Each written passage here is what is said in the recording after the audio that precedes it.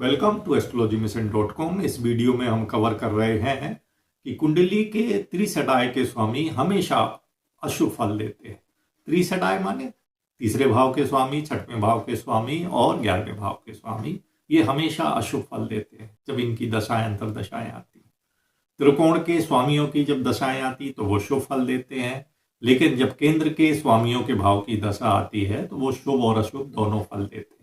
इस वीडियो में हम कवर कर रहे हैं त्रिक भावों के स्वामियों की दशा, त्रिसटाय भाव के स्वामियों की दशा अशुभ होती है, लेकिन त्रिक भाव के स्वामियों की दशा भी अशुभ होती है। अंतर क्या है? त्रिसटाय माने तीसरे भाव, छठवां भाव, 11वां भाव, और त्रिक भाव माने छठवां भाव, 8वां भाव और 12वां भाव।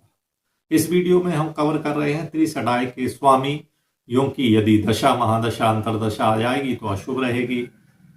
फिर इसमें एक क्लॉज आता है, यदि त्रिसटाय के स्वामी उपचय स्थान में बैठे हों तो वो व्यक्ति से बहुत ही परिश्रम कराते हैं, लेकिन वो अपना बुरा फल नहीं देते हैं। ये पहला कंडीशन है।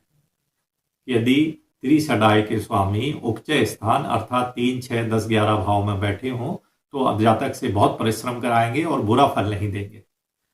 यदि उपचय स्थान में हो, कह रहे हैं अगले वाला जो क्लॉज है वो कह रहे हैं यदि त्रिसटाय के स्वामी उपचय स्थान में हो तथा उससे ना तो अन्य किसी ग्रह की युति हो और ना दृष्टि हो तो वो फल दे देंगे। लेकिन इसके विपरीत यदि त्रिसटाय के स्वामियों का संबंध नैसर्गिक शुभ ग्रहों से हो तो शुभ फल देगा। यदि शुभ अशुभ दोनों ग्रहों से संबंध हो तो मिक्स फल देगा।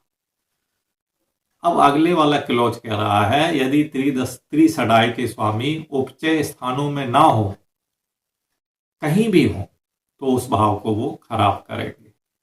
अगले वाला क्लॉज और भयंकर है। यदि त्रिसटाय का स्वामी उच्च का हो और उपचय स्थान में ना हो तो वो जिस भाव में है उस भाव का और अधिक फल खराब कर देगा। लेकिन अगर त्रिसटाय का स्वामी उच्च का है और उपचय भाव में है तो फिर वो शुभ फल देगा। इस वीडियो में एक बात और अपन कवर कर रहे हैं कि त्रिसटाय में यदि राहु केतु हो तो ये विशेष भोगदाता बन जाते हैं। समझ लें, यदि राहु और केतु तृतीय भाव, षष्ठ भाव, एकादश भाव या केंद्र में स्थित हों और वहां पर बलवान और कारक योग कारक ग्रहों से युक्त हो तो संपत्ति, सुख, पुत्र, धन, राज देने वाले, वाहन और अधिकार की प्राप्ति कराने वाले होते हैं। परंतु यदि द्वितीय और सप्तम भाव अर्थात मार्केश के स्वामी से युक्त अथवा दृष्ट हों तो फिर धन का नाश करने वाले और मृत्यु को देने वाले होते हैं। समझ में नहीं आया तो क्लियर कर देता हूं।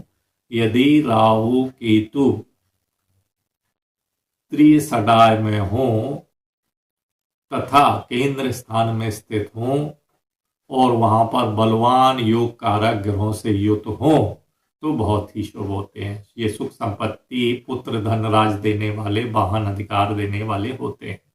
लेकिन यदि राहु केतु जो है त्रिसटाय में हो और ये मार्केश के स्वामी से युक्त अथवा दृष्ट हो तो ये धन का नाश कराने वाले और मृत्यु देने वाले होते हैं।